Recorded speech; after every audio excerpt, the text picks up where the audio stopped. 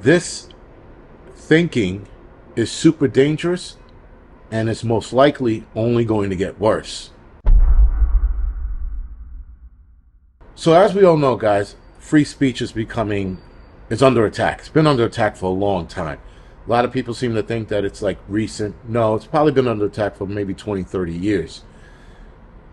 With all of the legal cases around free speech since I've been a kid, we've always seen this being under attack, and how they want people to be held accountable for things they say, including throwing them in jail.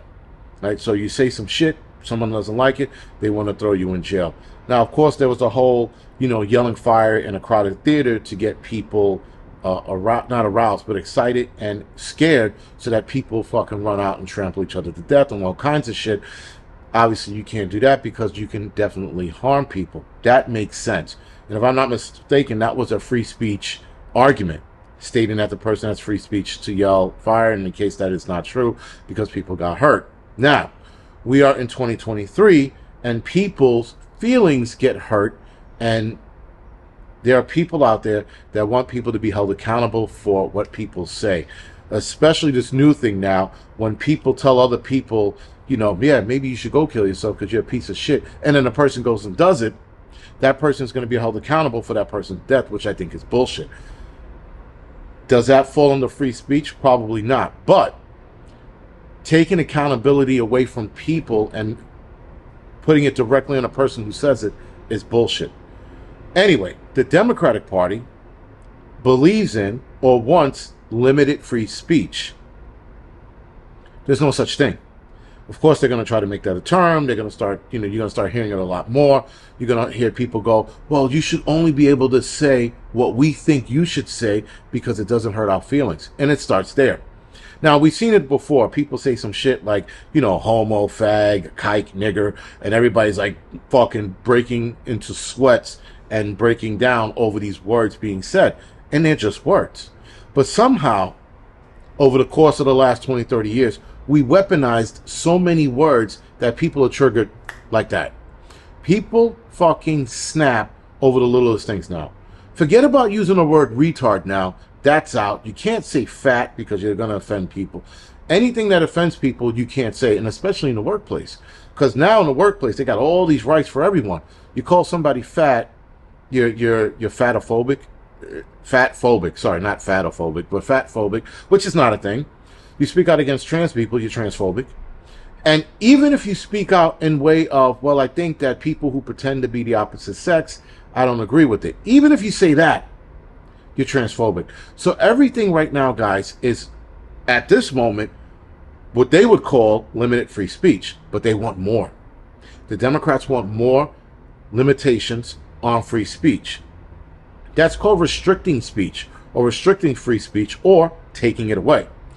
Putting the word limited next to it, guys, doesn't make it any less bad.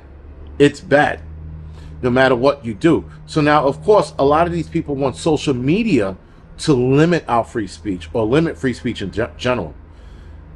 But the limiting of free speech, guys, usually only goes in one direction, and it goes in the direction of the righteous, normally. Not all the time. Sometimes liberals do make fucking good points. Sometimes Democrats do make good points as well. But nonetheless, we seem to be the ones being affected by the free speech. If you look on YouTube, YouTube is hammering everybody over anything that YouTube deems too conservative or too right-wing, which again is not a thing. But if they deem it too right-wingy, they can get rid of it. And there goes your free speech. But again, Democrats want more. Now, according to a poll that was taken, 74% of Democrats want more restrictions on free speech on social media. Where do you think that's going to stop? Nowhere. It's going to keep going. That's the problem. The problem is, guys, once you start this bullshit, once you start getting people on board with this nonsense thinking, people are going to be like, well, if we could limit what they're going to say on social media, I get it. We'll limit what they say anywhere. We'll tag their phones. We'll listen to their listening devices in their home, their smart TVs, their Apple TVs, their Fire TVs. And if they start saying some shit we don't like, we can hammer them with fines and consequences, whatever that might be. Now, that's in the future. I mean, I'm talking about far in the future. They listen now. Don't get me wrong. I mentioned Eva Mendes once, how hot she was, once yesterday. She's all over my Instagram now. I didn't even look her up. I just said her name. That was it. And in regards to like how hot she is, and she's older now, she's still hot. Like, the lady doesn't age. Matter of fact, we were watching a movie with her called Out of Time. That was Denzel Washington and her. Now she's all over my Instagram. Clearly your phone's listening. Clearly every app in your phone is listening to everything you're saying. And so depending on what you're saying is depending on what you're going to see. You start talking about chocolate cakes, you're going to see chocolate cakes all over Instagram and Facebook.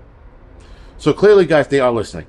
But to what point when they start listening and you say some shit like, man, I really hate those fucking chinks, and then your phone picks it up, and then you get fucking fined for saying some illegal shit.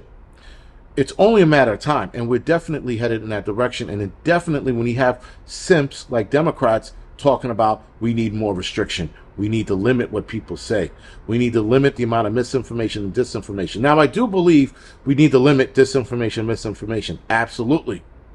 Look what we just went through with Mr. 19, COVID. We watched so much disinformation and misinformation from the Biden administration and from Fauci, it was insane. And people believe that bullshit. Meanwhile, if you spoke out against it, if you spoke the truth on it, if you talked about the arm ticket not working, you lost your YouTube channel. You lost your place in the medical field. There were doctors who were discredited because they took a stand against the arm ticket. Their free speech got their license in jeopardy, their doctor license, their medical license, in jeopardy. I don't know if any of them actually lost it. Nonetheless, guys, there were people requesting they lost it because they took an opinionated stance against the arm ticket. And then some of them took a factual stance against the arm ticket, and they still got in trouble for speaking the facts. Meanwhile, we were lied to throughout the entire fucking pandemic. We were told that face covering was going to work. We were told the arm ticket was going to work, and none of that worked. That was the misinformation that needed to be under control, not the so-called misinformation that was being pegged as now right or correct or proven, because a lot of studies came out proving a lot of shit.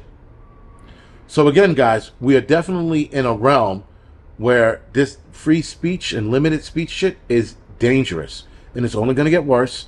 And the longer Democrats stay in power, the more problems we're going to have.